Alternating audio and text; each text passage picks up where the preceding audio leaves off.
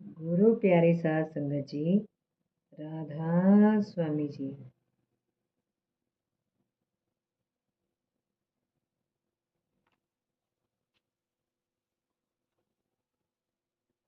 सन 1894 में जब आप कोहमरी में नियुक्त थे, हजूर जी की बाबा जैमल सिंह जी महाराज जी से भेंट हुई।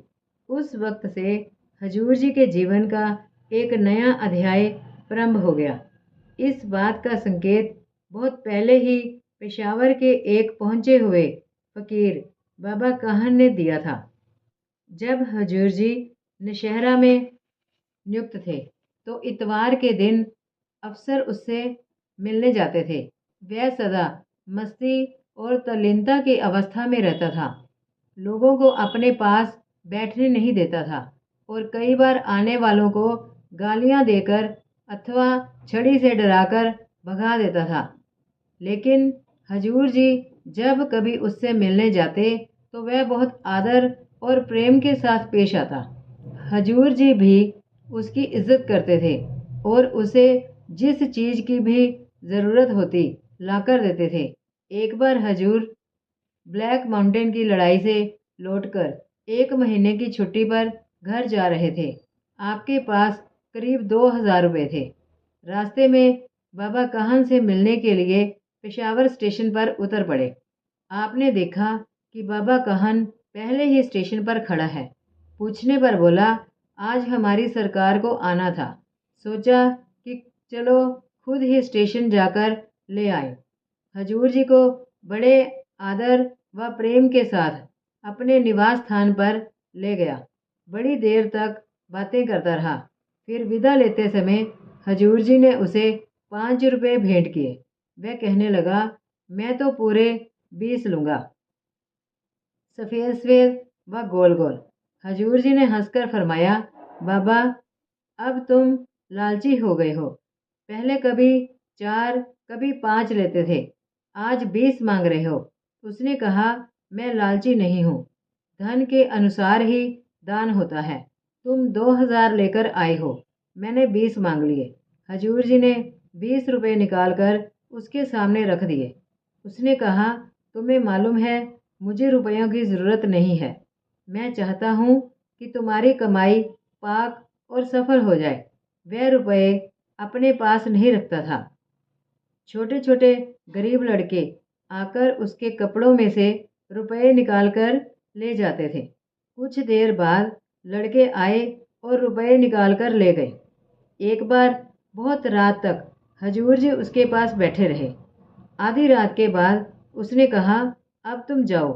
हजूर जी ने जवाब दिया, आज मैं खाली हाथ नहीं जाऊंगा, आज तो आपसे ज़रूर कुछ लेकर ही जाऊंगा। उसने कहा, तुमको इतना मिलेगा जिसका कोई अंत नहीं, लेकिन अभी वक्त नहीं आया है। हजूर जी ने पूछा कि वक्त कब आएगा? उसने उत्तर दिया, बस अब आने ही वाला है। हजूर जी ने पूछा, क्या आप देंगे या कोई और? इस पर वह बोला, तुम्हारा हिस्सा मेरे पास नहीं है, कोई और देगा। हजूर जी ने पूछा, वह कौन है, कहाँ रहते हैं, कुछ पता तो बता दें। इस पर बाबा काहन ने कहा, वह खुद तुम्हारे पास आएगा, तुम्हारी अमानत उसके पास है। हुआ भी ऐसे ही। अक्टूबर 1894 में हजूर जी एक दिन कोहमरी में अपने दफ्तर से नीचे की ओर जा रहे थे। सामने से बाबा जैमल सिंह जी महाराज और बीबी रुक्को ऊपर की ओर आ रहे थे। हजूर जी ने बाबा जी को देखकर सोचा कि शायद फौजी पेंशनर सरदार है जो पेंशन लेने आया है, या फिर कमिश्नरी में इनकी कोई अपील होगी। जब हजूर जी बाबा जी महाराज जी के पास से निकल गए तो बाबा जी ने बीबी रुक्को से कहा, हम इस सिख को लेने यहाँ आए हैं, ये हमारा पुराना मेली है। बीबी रुक्को बोली, इसने तो आपको फतेह भी नहीं बुलाई, ये अच्छा मेली है। बाबा जी ने उत्तर दिया, इस बेचारे को क्या पता है, आज से चौथे दिन ये हमारे पास आएगा। ऐसा ही हुआ। हजूर जी फरमाते थे, उन दिनों आप एक वेदांती महात्मा के साथ वेदांत के एक ग्रंथ का अध्ययन कर रहे थे। तीसरे दिन जब शाम के समय वह साधु आपके पास बैठा हुआ था तो बाबू काहन सिंह, जो बाबा जी महाराज जी के सत्संगी थे और हजूर जी के मित्र थे, आपके पास आए। उन्होंने हजूर जी से कहा, आपको बहुत समय से किसी कमाई वाले महात्मा की तलाश है। आजकल एक पूरन संत यहाँ आए हुए हैं, अगर दर्शन करने हो तो चलो।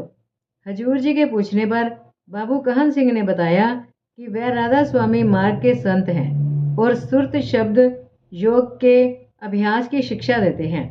उस वेदांती साधु ने राधा स्वामी मार्ग का नाम सुनते ही निंदा करनी शुरू कर दी और बोला, ये लोग नास्तिक हैं, ईश्वर को नहीं मानते और सिर में एक बाजा लिए फिरते हैं।